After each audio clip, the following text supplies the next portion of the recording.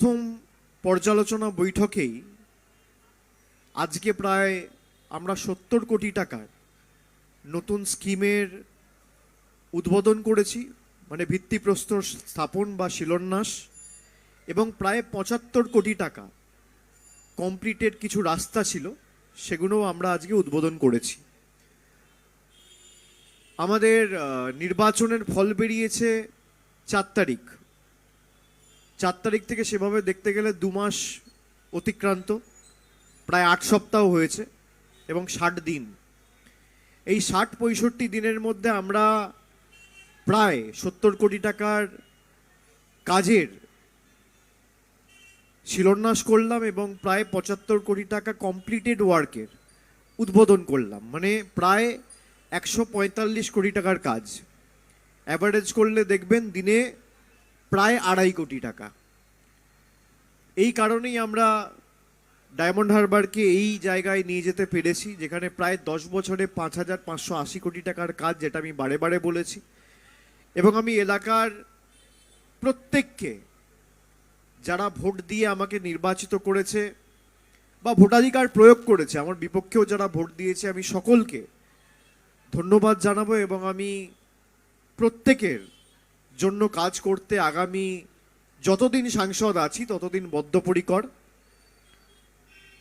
এবং মানুষের উন্নয়নের যে কাজ আমরা শুরু করেছি সেটা যাতে আরও ত্বরান্বিত অব্যাহত থাকে, আমরা বিস্তারিত সে নিয়ে আলোচনা করেছি। এছাড়া কয়েকটি জায়গা থেকে আমাদের হেলথ সমস্যা, বিশেষ করে যে সাবসেন্টারগুলো রয়েছে এবং প্রাইমারি হেলথ সেন্টারগুলো রয়েছে, PHC, sub centre, health wellness centre, এখানে পর্যাপ্ত পরিমাণের ওষুধ বা ডাক্তারের কিছু সমস্যা আমরা পেয়েছি, সেগুলোও যাতে অগ্রাধিকার দিয়ে আমরা দেখি, সেটা নিয়েও আমরা বিস্তারিত আলোচনা করেছি। এবং আজকে আমরা একটা নতুন অ্যান্টি করাপশন হেল্পলাইন, এক ডাকে অভিষেক, আমি যেটা খুলেছিলাম, আমি সেটা প্রত্যেকটা জনপ্রতিনিধিকে বলেছি যে অনেক জায়গা থেকে, আমি ২-৪ জায়গা থেকে, বিশেষ করে সাতগাছিয়ার কয়েকটা জায়গা, মহেশতলার কয়েকটা জায়গা থেকে আমি গত ২ মাসে ৭-৮টা কমপ্লেন পেয়েছি যে অনেক জায়গায় মানুষকে কয়েকটা জায়গায় কাজ করতে গিয়ে, বিশেষ করে যে এজেন্সিরা কাজ পায়, কিছু বাধার সম্মুখীন হতে হয় এবং পার্টির নাম করে অনেক সময় তাকে ভয় দেখানো, শাসানোর একটা প্রবণতা অনেক জায়গায় তৈরি হয়। সবাই করে, আমি সে কথা বলছি না। এক ডাকে অভিষেকের যে নাম্বারটা রয়েছে 7887777877, এই নাম্বারের একটা হোয়াটসঅ্যাপ চ্যানেল আমরা করেছি। এখানে সরাসরি রেকর্ড করে যদি কেউ কারোর কাছ থেকে এসে টাকা চায় বা ভয় দেখায় বা দলের পজিশন বা দলের পদ ব্যবহার করে কাউকে ভয় দেখানোর চেষ্টা করে, সরাসরি ভিডিও তৈরি করে আপনি সেই হোয়াটসঅ্যাপ চ্যানেলে পাঠিয়ে দেবেন। আমরা সেটা পুলিশ প্রশাসনকে ফরওয়ার্ড করব, পুলিশ প্রশাসন সেটা যাচাই করে দেখবে, যদি তার মধ্যে কোনো রকম কোনো সত্য থাকে, সেটা যদি সঠিক হয়, যে পাঠিয়েছে তাকে পুরস্কৃত করা হবে, তার সুরক্ষার সমস্ত দায়িত্ব আমার।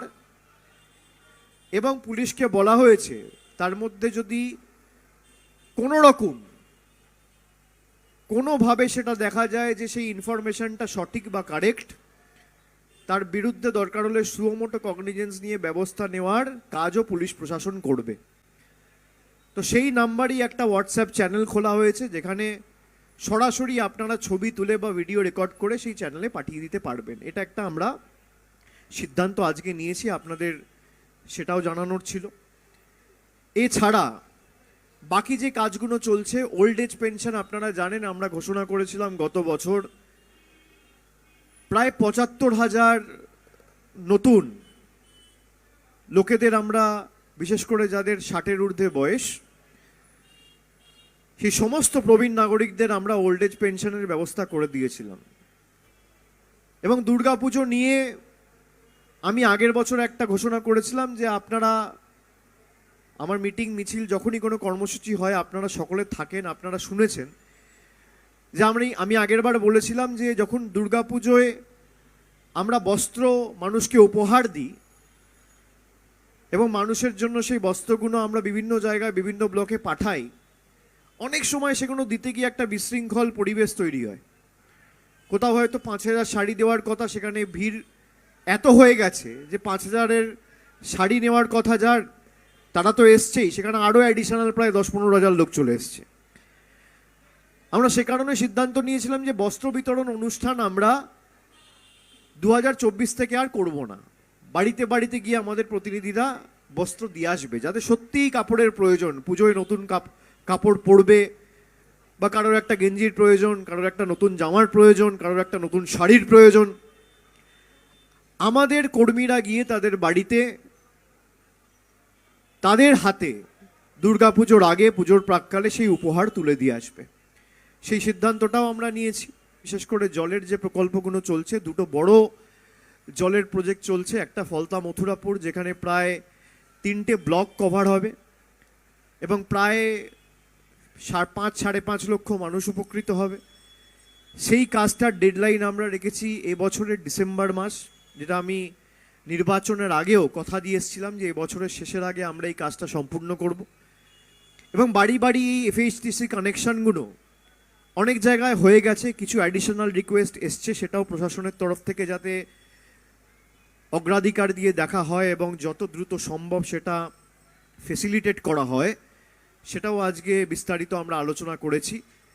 এছাড়া যে অগমেন্টেশন প্রজেক্ট হচ্ছে প্রায় 565 কোটি টাকা খরচা করে, সেখানে বিষ্ণুপুর 2 নম্বর ব্লক এবং বজবজ 2 নম্বর ব্লক এবং 1 নম্বর ব্লকের একটা অঞ্চল মায়াপুর, সেটাও প্রায় 100% কভারেজ হবে এবং সেটাও যাতে যত দ্রুত সম্ভব হয়। এছাড়াও বেশ কিছু বড় রাস্তা রয়েছে মহেশতলায়, ডায়মন্ড হারবারে, মেটিয়াবুরুজে, সেগুলো এক্সিস্টিং কাজ চলছে, সেগুলো যাতে পুজোর আগে আমরা কমপ্লিট করতে পারি। ঝড় জলের সময়, বৃষ্টির সময় এমনি কাজে একটু 1 মাস 2 মাস দেরি হয়, অনবরত অবিরাম বৃষ্টি পড়ছে বলে কাজে একটা শিথিলতা বা একটা বিলম্ব এমনিতেই আসে, কাজ হয় না। এবং বর্ষাকালে সারাদিন বৃষ্টি হলে এই পরিকাঠামোগত উন্নয়ন রিলেটেড যে কাজগুলো, বিশেষ করে বাড়ির ক্ষেত্রে বা রাস্তার ক্ষেত্রে একটা বাধাবিঘ্ন তৈরি হয়।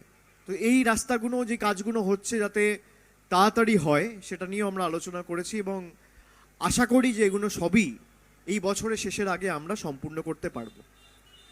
এটুকুই আমার বলার ছিল। বাকি যদি আপনাদের কারোর কোনো প্রশ্ন থাকে আপনারা করতে পারেন।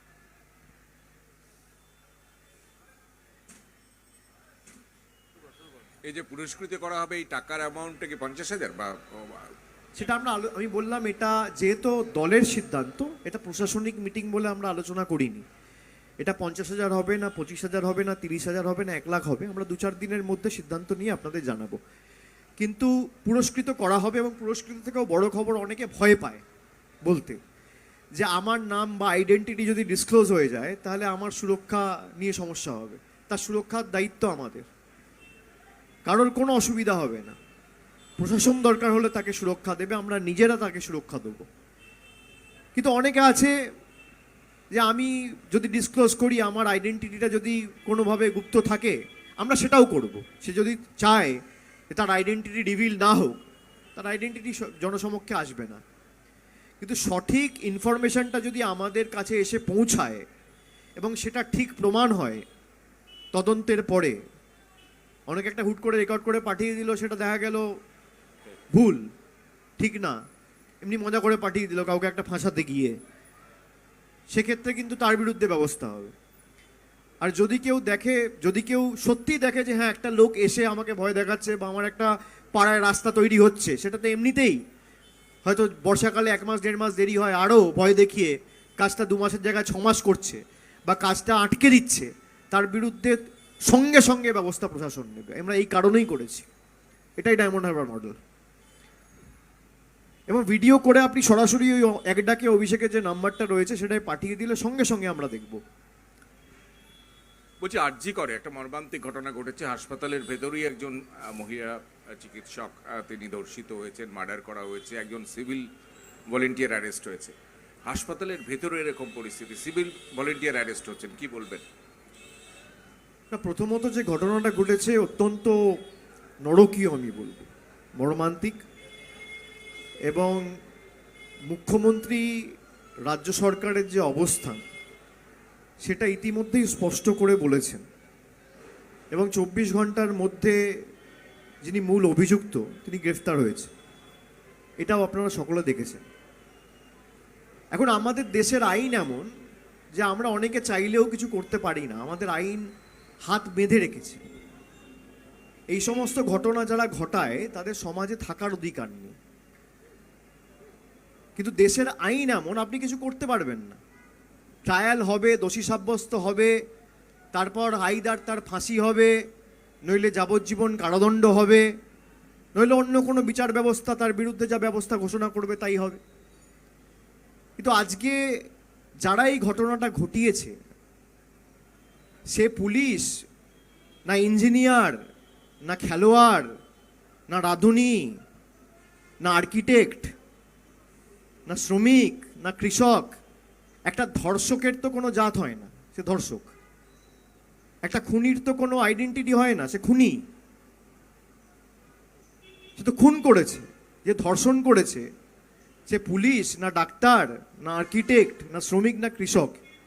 এই দেখে তো লাভ নেই, সে আগে ধর্ষক, সে আগে খুনি। এ সমস্ত লোকেদের সমাজে থাকার অধিকার নেই। স্পিডি ট্রায়াল করে যত দ্রুত সম্ভব যাতে তার দৃষ্টান্তমূলক শাস্তি এবং বিচার হয় আমরা সকলে চাই, এবং যত দ্রুত সম্ভব। কিন্তু আমি এই যে একটু আগে বললাম যে আমাদের দেশের আইন এবং বিচার ব্যবস্থা এমন, এবং প্রত্যেকটা ঘটনাকে নিয়ে রাজনীতি করা। আমি দেখছিলাম কালকে খবরটা আসার সাথে সাথে কয়েকটা রাজনৈতিক দল ফ্ল্যাগ নিয়ে বেরিয়ে পড়েছে, বসে পড়েছে। আজকে যদি আমরা সত্যিই চাই যে এরকম ঘটনার পুনরাবৃত্তি না হয় বা না হোক, আমাদের কি করা উচিত? আইন সভায় সংশোধন করে হয় অর্ডিন্যান্স আনুন, অধ্যাদেশ আনুন, এবং 6 মাস পর আপনি অ্যামেন্ডমেন্ট করে বিল আনুন, যাতে 7 দিনের মধ্যে, 10 দিনের মধ্যে এদের ব্যবস্থা হয়, 1 মাসের মধ্যে ব্যবস্থা হয়। যাদের সরকার রয়েছে তারা অর্ডিন্যান্স করে ইডি ডাইরেক্টরের মেয়াদ বাড়াতে পারে। তা অর্ডিন্যান্স করে এই বিল আনতে, অর্ডিন্যান্স করে একজন ধর্ষক বা একজন খুনির যাতে 7 দিনে বিচার হয় এই অধ্যাদেশ আনতে পারে না কেন? চাইলে তো আনা যায়। যারা বিজেপির ফ্ল্যাগ নিয়ে বসেছে তাদের কাজ কি? তাদের উচিত তাদের যে দল ক্ষমতায় রয়েছে, তাদের যে নেতৃত্ব রয়েছে, তাদের সকলকে চিঠি লিখে তাদেরকে বলা যে আপনারা এমন একটা আইন আনুন যাতে 7 দিনে এরকম দোষী ধর্ষক খুনিদের বিচার হয়। তৃণমূলের উচিত কি? তৃণমূলের উচিত সেই বিলকে সমর্থন করা। কংগ্রেসের উচিত কি? সেই বিলকে সমর্থন করা। সিপিএম এর উচিত কি? সেই বিলকে সমর্থন করা। না করে আমরা রাজনীতি করছি। আমাদের সমাজ এমন যে কোনো ঘটনা না ঘটলে আমাদের ঘুম ভাঙে না। নির্ভয়া হয়েছিল 2012 সালে দিল্লিতে, আপনি বলুন তো। তারপরে একের পর এক ঘটনা, সে উত্তরপ্রদেশে ঘটুক, মহারাষ্ট্রে ঘটুক, কর্ণাটকায় ঘটুক, গুজরাটে ঘটুক বা বাংলায় ঘটুক, সমাজের পক্ষে তো লজ্জাজনক, দুর্ভাগ্যজনক, নরকীয়। কেন 5 বছর 6 বছর লাগবে ট্রায়াল হতে? আজকে যেই ঘটনাটা ঘটালো, আপনারা মনে করেন তার সমাজে বেঁচে থাকার অধিকার রয়েছে? একজন মায়ের কোল খালি করলো, একজন বাবা তার কন্যা হারালো। একজন বাবার কাছে তার কন্যার দাম কি একজন বাবাই জানে। একটা মায়ের কাছে তার সন্তানের দাম কি, তার মেয়ের দাম কি, তার ছেলের দাম কি একজন মা জানে। তার যদি ভাই থাকে সে দিদি হারালো, বা বড় দাদা থাকে সে বোন হারালো। এর বিচার কি করবে? এর বিচার করবে রাজনৈতিক দলেরও যেমন দায়িত্ব রয়েছে, সংবাদ মাধ্যমেরও দায়িত্ব রয়েছে, জুডিশিয়ারিরও দায়িত্ব রয়েছে, লেজিসলেটরেরও দায়িত্ব রয়েছে, সবার দায়িত্ব রয়েছে। সমষ্টিগতভাবে সবাইকে করতে হবে। সব কিছু নিয়ে রাজনীতি কেন? বিজেপির ফ্ল্যাগ ধরে বসে পড়লো সঙ্গে সঙ্গে, কি না সিবিআই দাবি চাই, সিবিআই ইনকোয়ারি করতে হবে। সিবিআই ইনকোয়ারি করে মেয়েটা ফিরে আসবে যার প্রাণ গেল? আপনি আশ্বস্ত করে বলতে পারবেন যে এর পুনরাবৃত্তি হবে না, যারা বিজেপির ফ্ল্যাগ নিয়ে সিপিএম এর ফ্ল্যাগ নিয়ে করছে? আমি তো বলছি আমাদের ঘুম ভাঙে না একটা ঘটনা না ঘটলে। এটা যদি উত্তরপ্রদেশ হতো, ডেড বডিটাও পাওয়া যেত না। হাতরাসে কি হয়েছিল মনে আছে? ধর্ষণ করে খুন করে পুড়িয়ে দেওয়া হয়েছিল, তারপরে বন্ধ হয়েছে। আমাদের দৃষ্টিভঙ্গিতে যদি আমরা পরিবর্তন না আনি, আইনসভায় যদি আইন আমরা তৈরি না করি, কোনোদিন এর পরিবর্তন হবে না। এবং প্রশাসনকে আমি অনুরোধ করব, মুখ্যমন্ত্রী ইতিমধ্যেই বলেছে পুলিশ 24 ঘন্টার মধ্যে ব্যবস্থা নিয়েছে। বিশেষ করে এই যে হাসপাতালগুলিতে রাত্রি 9টা-10টার পর এই ঘটনাটা ঘটেছে, খুব সম্ভবত রাত্রি 2টো বা 3টে, এই যে অবাধ যাতায়াত মানুষের, এর উপরও নজরদারির প্রয়োজন রয়েছে। কেন একটা হাসপাতালে রাত্রি 9টা-10টার পর যে পারবে ঢুকবে? এরও একটা মেকানিজম থাকা উচিত। আজকে সেখানে সিসিটিভি ক্যামেরা ছিল বলে দোষীকে ধরা গেছে। এন্ট্রি এক্সিটের যে করিডোরগুলো, সেগুলো দেখে যে মূল অভিযুক্ত তাকে ধরা গেছে। এবং আমি মনে করি আইনসভায় এমন কঠোর আইন আনা দরকার যেখানে 7 দিনের মধ্যে এই খুনি এবং ধর্ষকদের একদম এনকাউন্টার করে মারা উচিত। আমি একদম দ্ব্যর্থহীন ভাষায় বলছি, কেন আপনি 5 বছর, 6 বছর, 7 বছর ধরে ট্রায়াল চালাবেন মশাই? একটা লোককে আন্ডার ট্রায়াল, একটা প্রিজনারকে আমি যদি 7 বছর জেলে রাখি, আমার রোজ যদি তাকে থাকাতে আর খাওয়াতে দিনে 200 টাকা খরচা হয়, তাহলে 1 মাসে 6,000 টাকা খরচা হয়, 1 বছরে 73,000 টাকা খরচা হয়। 5 বছর যদি একটা লোককে আমি জেলে রাখি, সে মহারাষ্ট্র হোক বা উত্তরপ্রদেশ হোক বা বাংলা হোক বা গুজরাট হোক বা কর্ণাটকা হোক বা তামিলনাড়ু হোক বা কেরল হোক বা আসাম হোক, প্রতি বছর তার লালন পালন করতে 73,000 টাকার খরচা। 5 বছর সে যদি আন্ডার ট্রায়াল থাকে তাহলে 3.5 লাখ টাকা খরচা। 7 বছর থাকলে 5 লাখ টাকা খরচা। কেন 5 লাখ টাকায় 3টে গরিব মানুষের বাড়ি হবে? কেন তার বিরুদ্ধে ব্যবস্থা হবে না 7 দিনে? কেন্দ্র সরকার পারে না? যাদেরকে মানুষ ক্ষমতা দিয়েছে, ম্যান্ডেট দিয়েছে, তারা বিল আনতে পারে না? পারে। বিজেপি কি পারে? বিজেপি বিল আনতে পারে। তৃণমূল কি পারে? সেই বিলকে সমর্থন করে যাতে এই ঘটনার পুনরাবৃত্তি না হয় সেটা করতে পারে। এবং এমন বিল আনতে হবে যেখানে সার্কামস্ট্যান্সিয়াল এভিডেন্স আপনার এগেনস্টে, এমন না যে ট্রায়াল ছাড়া, কোনো রকম কোনো এভিডেন্স ছাড়া আপনি 7 দিনে এনকাউন্টার করে বা একদম ফাঁসির মঞ্চে নিয়ে গিয়ে তাকে ফাঁসিতে ঝুলিয়ে দিলেন। সার্কামস্ট্যান্সিয়াল এভিডেন্স, পারিপার্শ্বিক প্রমাণ বা তথ্য যখন তার বিরুদ্ধে রয়েছে। আপনি ধরুন আজমাল কাসাব, ভাই ক্যামেরায় ক্যাপচার হয়েছে, ভিডিও রয়েছে যে গুলি চালাচ্ছে, তারপর 4 বছর ধরে তাকে খাইয়ে পরিয়ে রেখে তার উপর 5 লাখ 6 লাখ টাকা খরচা করে তাকে ফাঁসির মঞ্চে নিয়ে যাবেন কেন? এই 5 লাখ টাকায় দুটো গরিব মানুষের বাড়ি হতো। সিসিটিভিতে যদি কাউকে দেখা গেছে, তার মানে কি সার্কামস্ট্যান্সিয়াল এভিডেন্স তার এগেনস্টে। সে ঢুকেছে, তার গলায় হেডফোন ছিল, বেরিয়েছে, তার গলায় হেডফোন নেই। হেডফোনটা পিওর পাশ থেকে পাওয়া গেছে। পিও মানে প্লেস অফ অফেন্স। তার মানে কি সার্কামস্ট্যান্সিয়াল এভিডেন্স আপনার এগেনস্টে। এমন বিল আনা হোক যেখানে সার্কামস্ট্যান্সিয়াল এভিডেন্স যদি আপনার বিরুদ্ধে থাকে বা ক্যামেরায় সিসিটিভিতে আপনাকে দেখা যায় যে আপনি সরাসরি অভিযুক্ত, আপনি এই ক্রাইমটা করেছেন, কমিট করেছেন, তাহলে 7 দিনের মধ্যে আপনার বিচার হওয়া উচিত। এই সমাজে আপনার থাকার কোনো অধিকার নেই।